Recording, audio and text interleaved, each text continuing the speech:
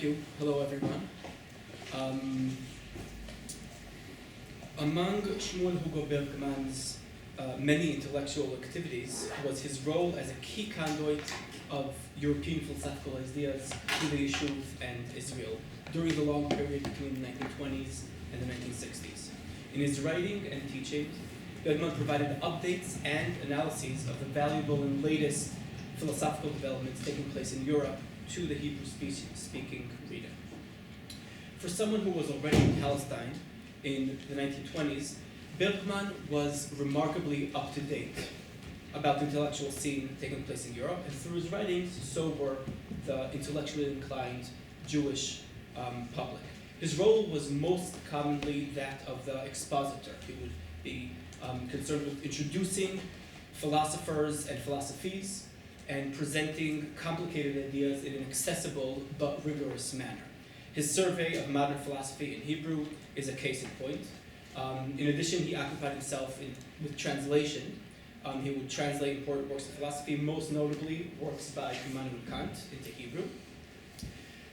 This task always bore a distinct Jewish and Zionist accent, and Bergmann did not only highlight any links to Judaism and Jews that he could find in his writings, but dedicated special attention to Jewish philosophers who he believed contributed not only to Jewish thought, but to Western thought more broadly, and most noteworthy in this respect is his extensive work on the life and thought of Shlomo Maimon. And only in recent years, scholars of philosophy identified what Bergmann seems to have known for a while ago, that Shlomo Maimon's philosophical contributions are worthy of serious scholarly attention. But what I want to focus on today in this paper is Bergmann's efforts to introduce and analyze the thought of the German philosopher Martin Heidegger. Heidegger is one of the most important 20th century philosophers, modern philosophers, and he's certainly the most controversial. This is mainly because in 1933, he publicly endorsed Hitler and National Socialism, and for a short while aligned his philosophy with the party's agenda. Looking at Bergmann's academic and public writing, as well as drawing on archival material related to this controversial philosopher, to Heidegger, can offer a snapshot of some of the opportunities and also some of the challenges of the task of transmitting European thought to mandate Palestine and to Israel. The case of Heidegger is interesting because it encompasses many conflicts and contradictions. From the moment Heidegger published his masterpiece, his philosophical masterpiece in 1927, Sein und Zeit, he was recognized as the last word in the philosophical world, the most exciting and original intellectual mind. At the same time, for many, he also was seen as representing the crisis of the liberal, Enlightenment, humanist values, and was seen as advancing a dangerously nihilistic philosophy. That he soon, quickly became a member of the Nazi Party and oversaw, following the Nazi decree, the disenfranchisement of his teacher and mentor Edmund Husserl, who was born Jewish and converted to Christianity. The fact that he became a member of the Nazi Party and oversaw this disenfranchisement of Husserl confirmed to many Heidegger's dubious personal and philosophical character. So Heidegger was justifiably the philosopher that everyone loved to hate. And yet Heidegger was also virtually surrounded by Jews. The vast majority of his close students were Jewish, his teachers were Jewish, and he was constantly engaged with by Jewish thinkers. Since Bergmann was committed to providing the Hebrew reader an updated account of the burning debates of the European intellectual world, he had to navigate the conceptual and political thicket that was Heidegger, a thicket that was ever denser in the context of the Jewish Yishuv and Jewish state. Now, something that's worth noting is that already in 1931, that is immediately after Heidegger published his big book, and perhaps even earlier, Bergmann was already seriously engaged with Heidegger's thought. A file in the Bergmann archive, in the National Archive in Jerusalem, entitled Heidegger Sein und Zeit, holds a notebook full of remarks and reflections on this book. Heidegger also occupied the main portion of a course on existential philosophy that Bergmann delivered in the Hebrew University in the year 1931-1933. That Bergmann was teaching Heidegger in Jerusalem in the early 1930s may not sound all very impressive, but it inserts him into the annals of the reception of Heidegger because it makes the newly established Hebrew University in Jerusalem one of the first places to teach Heidegger in the entire world. That is, before in France, before the UK, before the United States, possibly even before Germany, if we bracket the fact that it was Heidegger who was teaching Heidegger in Germany in 1931. Naturally, however, the task of disseminating European philosophy was not conducted mainly through teaching students, but through publications. In 1933 and 1934, Bergmann published a long three-part essay in the journal Moznaim on the main themes of Heidegger thought. It was then republished the following year as the longest chapter in his book on contemporary philosophers, Hugo from 1935, which was for many years the main source on Heidegger in Hebrew. What's interesting about Bergmann's chapter was his focus on theological strands he identified in Heidegger's work. So Bergmann read Heidegger's Offering, and this is a quote, translated quote, "A religiosity without God, a secularized program of thought, which yearns for existential meaning, transcendence, and authenticity, but could not fulfill those yearnings because of Heidegger's godless world of finitude and solitude." With this, Bergmann was following a rather common way of interpreting Heidegger at the time, but for him, the fact that Heidegger's philosophy reflected secularized Christian notions meant not only that it was flawed from a philosophical point of view, but that it could not be useful for Jewish thought. While Bergmann recognized the impressiveness of Heidegger's philosophy, he has very positive things to say about it, he ultimately found, in 1935, the late religious thought of Hermann Cohen, and in the philosophy of Judaism of Franz Rosenzweig, to be the proper philosophical and Jewish answer to what he saw as the contemporary spiritual predicament. The strong Christian tone reverberating in Heidegger's thought was certainly a reason to reject it from Bergmann's perspective. Another one was philosophical. Bergmann believed that while Heidegger's existentialist perspective, that is, his philosophy was dealt with human existence rather than eternal questions about essences and so forth, while he thought that this existentialist perspective was compelling, he also thought that Heidegger did not give reason and rationality enough credit, and that ultimately Heidegger's philosophy reflected, and I quote, a certain state of decay, even collapse, that characterized contemporary German thought, as Bergmann wrote in Hebrew in a review essay titled New Books in Philosophy in 1934. An equally significant obstacle was Heidegger's politics. In 1935, Bergmann mentioned that Heidegger, quote, became the philosopher of the German Revolution in 1933, and very soon it was difficult to engage with Heidegger's thought without mentioning his public endorsement of Heidegger and Nazi politics. But what's interesting about Bergmann's attitude towards Heidegger is that despite writing about his philosophical shortcomings, despite writing about his shameful mistreatment of his teacher Husserl and his notorious political affiliation, one could detect between the lines in Bergmann a surprisingly sympathetic tone toward Heidegger. And if sympathetic is not exactly the right term, then we can identify a rather tolerant tone that could be seen as preparing towards some kind of reconciliation. Now I want to offer three examples for this. The first is the entry on Martin Heidegger that Bergmann wrote for the Hebrew Encyclopedia.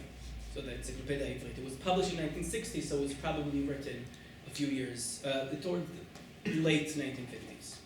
So it's not surprising that Bergmann was asked to write the entry on Heidegger, but what is striking is that Bergmann writes in a post-Holocaust context in Israel about a controversial thinker like Heidegger, who was known to be a member of the Nazi Party. He writes a generally celebratory entry. And what's more, an entry in which Heidegger's political affiliation with the Nazis is undeniably downplayed, almost whitewashed. The entry reads as follows. This is a translation. It's very short.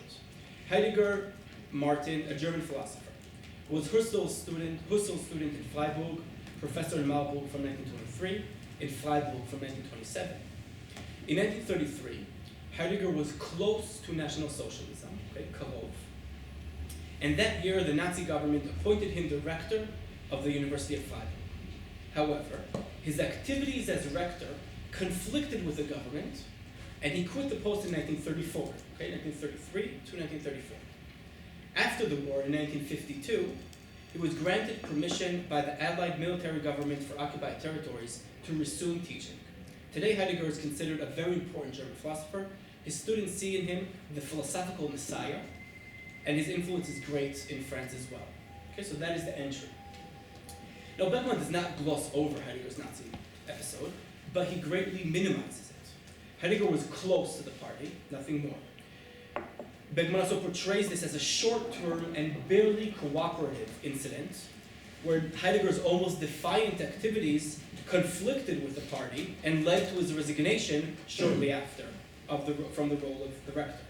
Bergmann's depiction makes it sound as if Heidegger disassociated himself from the party in 1934, because he skips the entire period from 1934 to 1952. What goes unmentioned is that Heidegger remained a member of the party till 1945 and never really expressed public remorse about his political actions and affiliation after the war at all.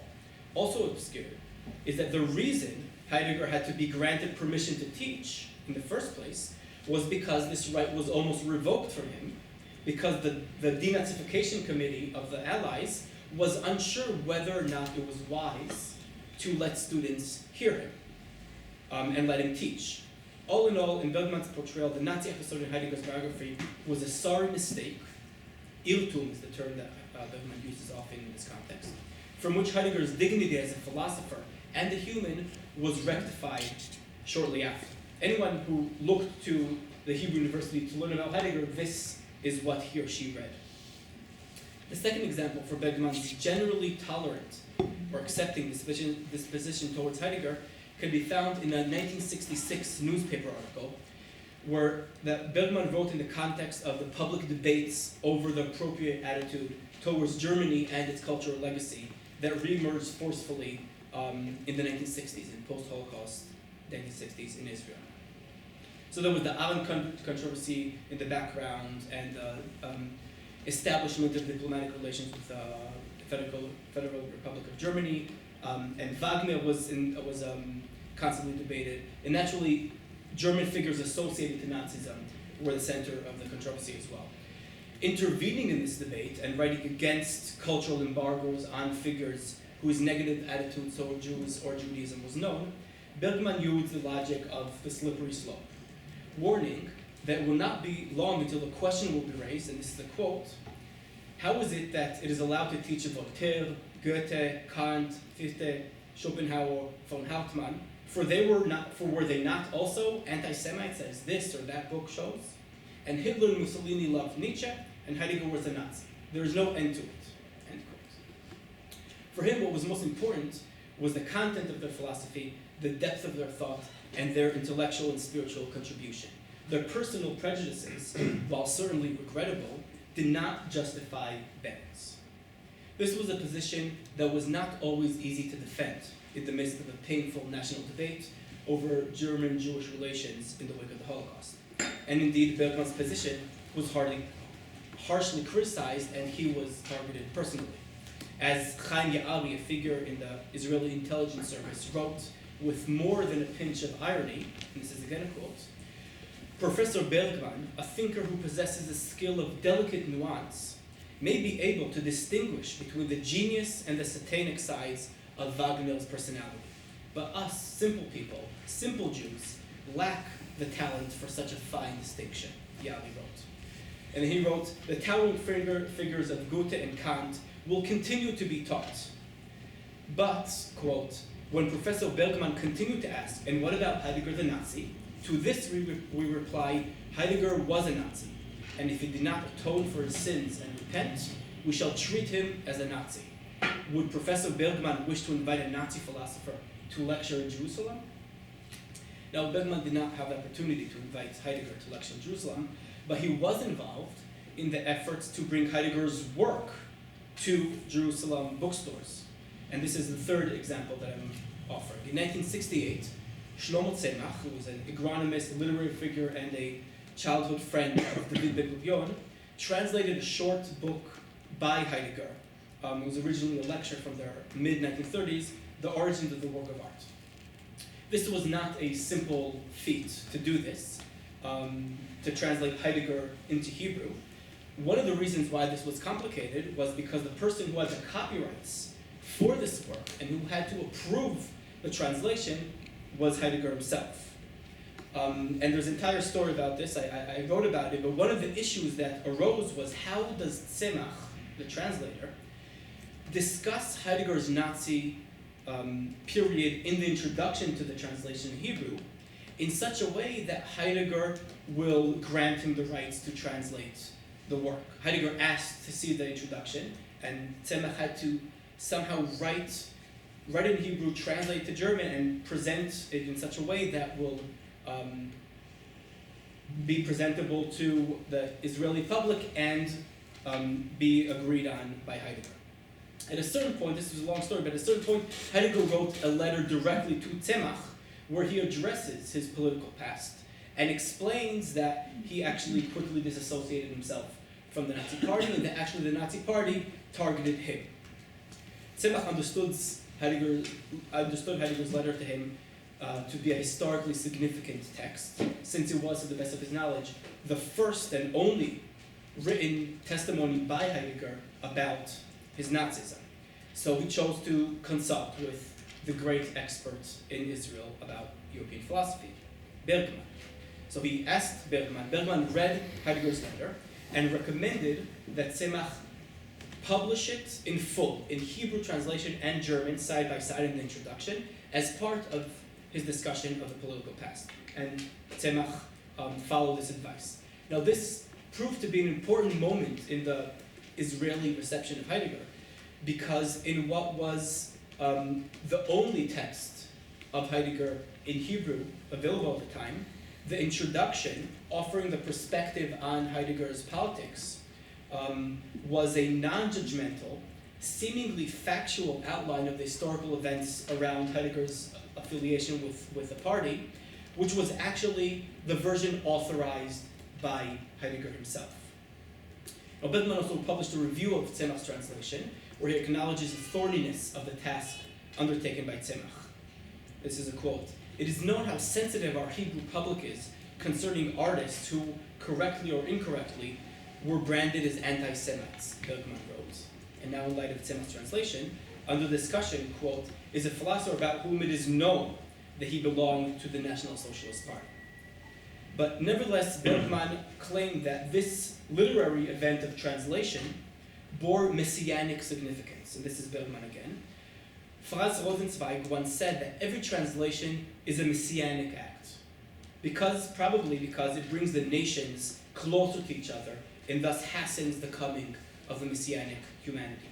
If this is true of any type of translation, so it is true in particular of this first translation of Heidegger in Hebrew. But just as before, Bergmann's expression of esteem towards the renowned European philosopher was attacked by the general public. In another review of the translation, the right-wing revisionist Yochanan Arnon claimed that putting Heidegger in Hebrew words was an act of desecration of the holy language and of the memory of the victims of the Holocaust. As part of his review, Arnon attacked Bergmann, who came to be for many the representative of this offensive, unpatriotic position towards Germany. And this is a quote. "To the voices of the intelligentsia from Central Europe among us," Arnon wrote about the Prague-born Bergmann, "who believe that without the treasures of German thought, the spiritual life in Israel will collapse. He is a great philosopher and that is what counts. No, gentlemen," Arnon writes. He, Heidegger, was a vile person, naval is the word he uses in Hebrew. He was a vile person then, and in all likelihood did not change until today. And despite the importance of his thinking, and despite whatever great contributions to thought he made, this man failed as a human, and even more so as a philosopher. Now, to wrap things up. Like many others, Bergmann participated in the propagation of culture in the Jewish society in the Yishuv in Israel. Led by his distinct version of cultural Zionism, he hoped to create a national intellectual culture that would continue and even advance, in a Jewish key, the best of European culture and spirit. Bergmann's overall reverence towards the European intellectual tradition and towards German philosophical tradition in particular led him to an ambivalent but overall tolerant attitude towards Heidegger, an attitude that was not always shared by his readers. In his mind, rejecting European culture or Heidegger's philosophy because of anti-Semitism would be throwing the baby out with the bathwater.